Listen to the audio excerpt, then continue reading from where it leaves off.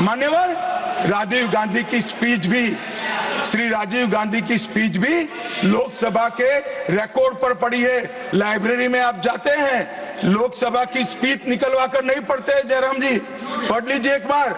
और नरेंद्र मोदी जी ने क्या किया मान्यवर? ओबीसी कमीशन को नरेंद्र मोदी जी ने मान्यता दी, पिछड़ा वर्ग का सम्मान किया, नेट, नीट, जेई उसमें ओबीसी का आरक्षण किया।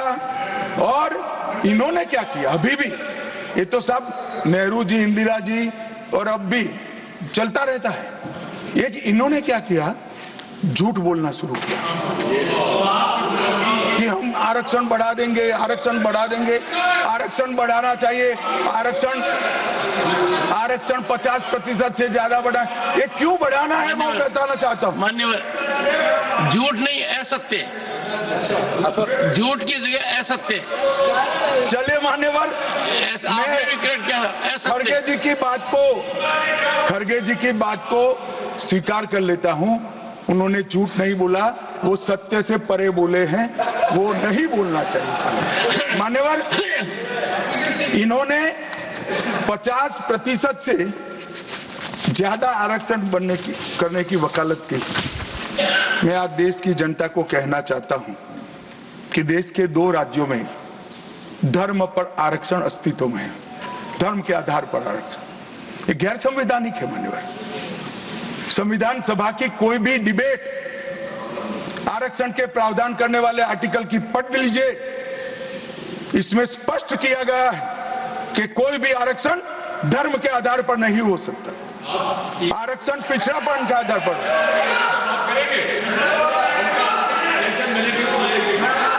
मान्यवर मगर दोनों राज्यों में जब कांग्रेस की सरकार थी तब धर्म के आधार पर आरक्षण दिया। अब क्या हुआ है? सुप्रीम कोर्ट में रुक जाता है क्योंकि 50% की सीमा है। वो ओबीसी का कोई कल्याण नहीं चाहते हैं। 50% की सीमा बढ़ाकर मुसलमानों को आरक्षण देना चाहते हैं। मानिए धर्म के आधार पर आरक्षण देना चाहते हैं। और मैं आज फिर से एक बार इस सदन में जिम्मेदारी तब के साथ कहता हूं, दोनों सदन में जब तक भाजपा का एक भी सदस्य है, धर्म के आधार पर आरक्षण हम नहीं होने देंगे। इस संविधान विरोधी मान्यवर मैं अब कांग्रेस पार्टी ने कभी धर्म के आधार पर आरक्षण अरे दिया है।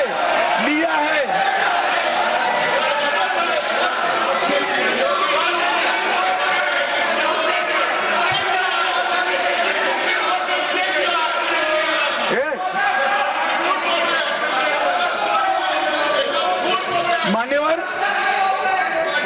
इससे तो ये बच जाएंगे, मगर मैं रिकॉर्ड पर से कुछ कोट अनकोट कहना चाहता हूं जो संविधान सभा की चर्चा का रिकॉर्ड है। जवाहरलाल नेहरू जी ने कहा, मैं ये देखकर सचमुच आश्चर्यचकित हूं कि नियुक्तियों में आरक्षण के सिद्धांत को कितनी देर तक ले जा रहा है, मतलब कितना बढ़ा रहे हैं।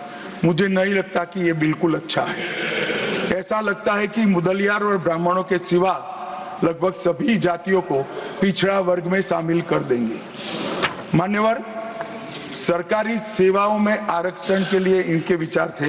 मैं इस बात से चिंतित हूं कि सरकारी सेवाओं में नियुक्ति के लिए जिस तरह से बहुत सारी जातियां और समूहों के आरक्षण के प्रस्ताव आते हैं, ये बहुत बुरी प्रवृत्ति है। इससे सरकारी कामकाज और आम तौर पर विकास और सार्वजनिक जीवन में गिरावट आएगी। मान्यवर ये इनके विचार है, आज तक नहीं बदले, यही विचार है। मगर अभी जोर से बोलना, एक शब्द का प्रयोग मैं नहीं कर सकता, आगे गलती हो गई थी, असत्य बोलना और सार्वजनिक रूप से बोलना, इस सिद्धांत को कुछ नेताओं ने स्वीकार किया। मान्यवर हमारे संविधान के directive of principle of state policies भाग 4 के अनुच्छेद 44 में एक एंट्री है जो कॉमन सिविल कोड की यूसीसी की बात करती है, क्योंकि हमारे संविधान का फैब्रिक पंथ निरपेक्ष है। हर जाति, हर धर्म, हर समुदाय के लोगों के लिए समान कानून होना चाहिए, इसका हमारा संविधान पक्षधर है। मान्यवर, ये यूसीसी क्यों नहीं आया? यूसीसी इसलिए नहीं आया कि संविधान सभा समाप्त होने के बाद, चुनाव होने के बाद, पहले प्रधानमंत्री जवाहरलाल नेहरू जी मुस्लिम पर्सनल लॉ लेकर आए और यूसीसी नहीं आया। मैं आज कांग्रेस पार्टी को इस सदन में सार्थ पूछना चाहता हूं, क्या पंथ निरपेक्ष राष्ट्र के अंदर सभी धर्मों के लिए एक कानून होना चाहिए या नहीं होना चाहिए? इसकी कांग्रेस पार्टी स्पष्टता करे। क्या आप मुस्लिम पर्सनल लॉ का समर्थन करते हैं? और मान्यवर, इससे बड़ा छलावा नहीं हो सकता। मान्यवर, इससे बड़ा छलावा नहीं हो सकता। इन्होंने हिंदू कोड बिल भी ला दिया। हिंदू कोड बिल उठाकर देख लिए। हम तो नहीं चाहते कि हिंदू न्याय शास्त्र के आधार पर इस देश का कानून बने। अभी के जीवन के मूल्यों के आधार पर कानून बनना चाहिए, मगर हिंदू कोड बिल में एक भी पुरानी हिंदू न्याय व्यवस्था का कोई नामो निशान नहीं है। हिंदुओं को बुरा न लगे इसलिए मुस्लिम पर्सनल लॉ दिया, तो सामान्य कानून को हिंदू कोड बिल बना दिया। मान्यवर, चलो मैं तो कहता हूं कि खड़गे जी और जयराम जी कह रहे हैं कि भाई पर्सनल लॉ का अधिकार मिले तो हमें आपत्ति नहीं है, तो फिर पूरा सरिया लागू करिए। क्रिमिनल में क्यों सरिया निकाल दिए? बताओ भाई, क्या चोरी करे इसके हाथ काट दोगे? कोई इससे जगद्य महिला के साथ अपराध करे तो पत्थर मारकर मार दोगे? देशद्रोही को रोड पर सूली चढ़ाओगे? तो विवाह के लिए, निकाह के लिए पर्सनल लॉ, वारिस के लिए पर्सनल लॉ और क्रिमिनल सरिया क्यों नहीं भाई? अगर उनको देना ही है तो पूरा ही दे देते, पूरा दे देते। मान्यवर, ये इन्होंने तुष्टीकरण की शुरुआत वहीं से करी है। मुस्लिम पर्सनल लॉ इस देश में संविधान आने के बाद तुष्टीकरण की शुरुआत। आर्टिकल 14 और 15 का ये भंग है।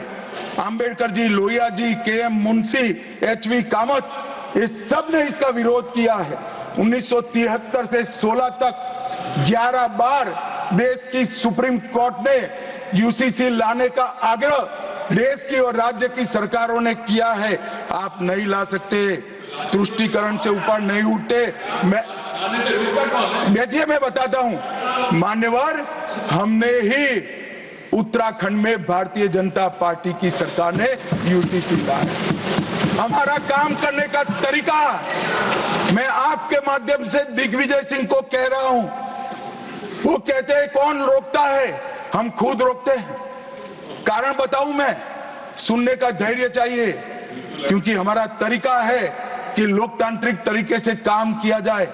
समाज के जीवन में इतना बड़ा सामाजिक बदलाव करने वाले कानून को उत्तराखंड सरकार ने मॉडल कानून के रूप में पारित किया है।